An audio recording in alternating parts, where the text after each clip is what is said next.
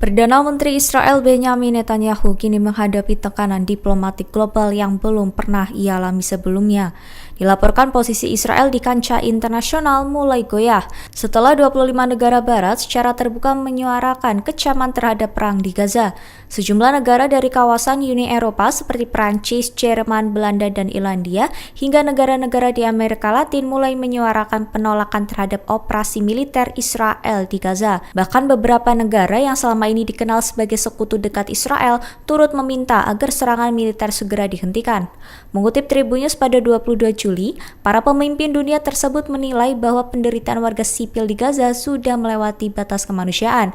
Seruan keras ini memperpanjang daftar negara-negara yang mulai mencabut dukungan moral maupun politik terhadap Israel. Sebanyak 25 negara barat secara terbuka menyerukan penghentian perang di Gaza, menjadi pertanda mereka terang-terangan mulai meninggalkan pemerintahan Benjamin Netanyahu. Mengutip Tribun News pada 22 Juli, hal ini muncul dari pernyataan gabungan negara-negara Uni Eropa, termasuk Prancis, Jerman, Belanda, Irlandia, hingga negara-negara Amerika Latin serta beberapa sekutu tradisional Israel. Pernyataan bersama itu menyatakan bahwa para pemimpin dunia menyebut penderitaan rakyat Palestina telah mencapai titik terendah baru, sekaligus menyatakan bahwa perang ini harus diakhiri saat ini juga dunia tidak bisa tinggal diam. Dengan begitu, Netanyahu kini sedang menghadapi tekanan internasional yang belum pernah terjadi sebelumnya. Seruan ini dilaporkan telah menambah daftar panjang negara-negara yang mulai menarik dukungan moral dan politik terhadap Israel, terkhusus dalam operasi militer di jalur Gaza yang telah berlangsung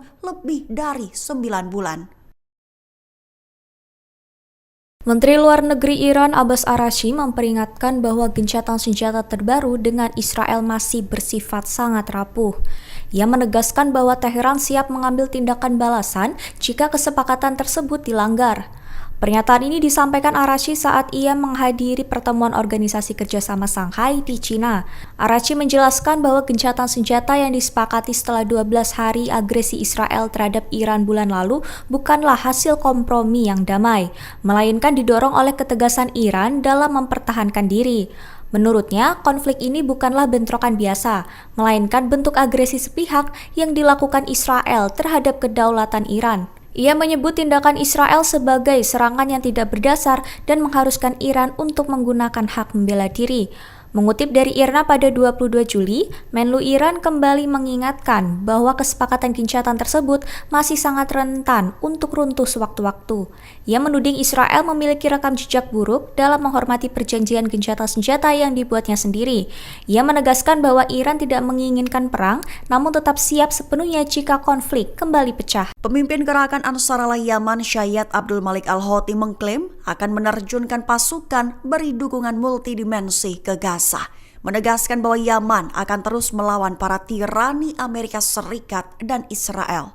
Mengutip Al-Mayadin pada 21 Juli, hal ini diutarakan oleh Al-Houthi dalam pidatonya pada Minggu 20 Juli 2025. Awalnya ia mengutuk tidak adanya tindakan dari negara-negara Arab dan Islam di tengah bencana kemanusiaan yang terjadi di Gaza, menekankan kegagalan untuk mendukung warga Palestina di Gaza membawa konsekuensi mengerikan baik di dunia maupun di akhirat. Dengan begitu, Al-Houthi menegaskan posisi Yaman, menyatakan bahwa negaranya tetap berkomitmen penuh untuk mendukung perjuangan Palestina, mempertahankan pendirian untuk melawan tirani Amerika dan Israel.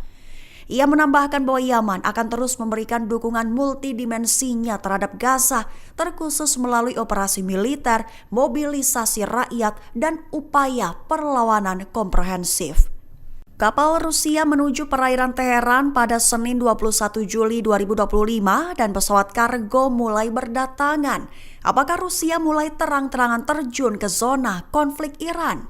Mengutip Tasnim pada 21 Juli, kapal Rusia yang tiba di Laut Kaspia adalah kapal SB-738.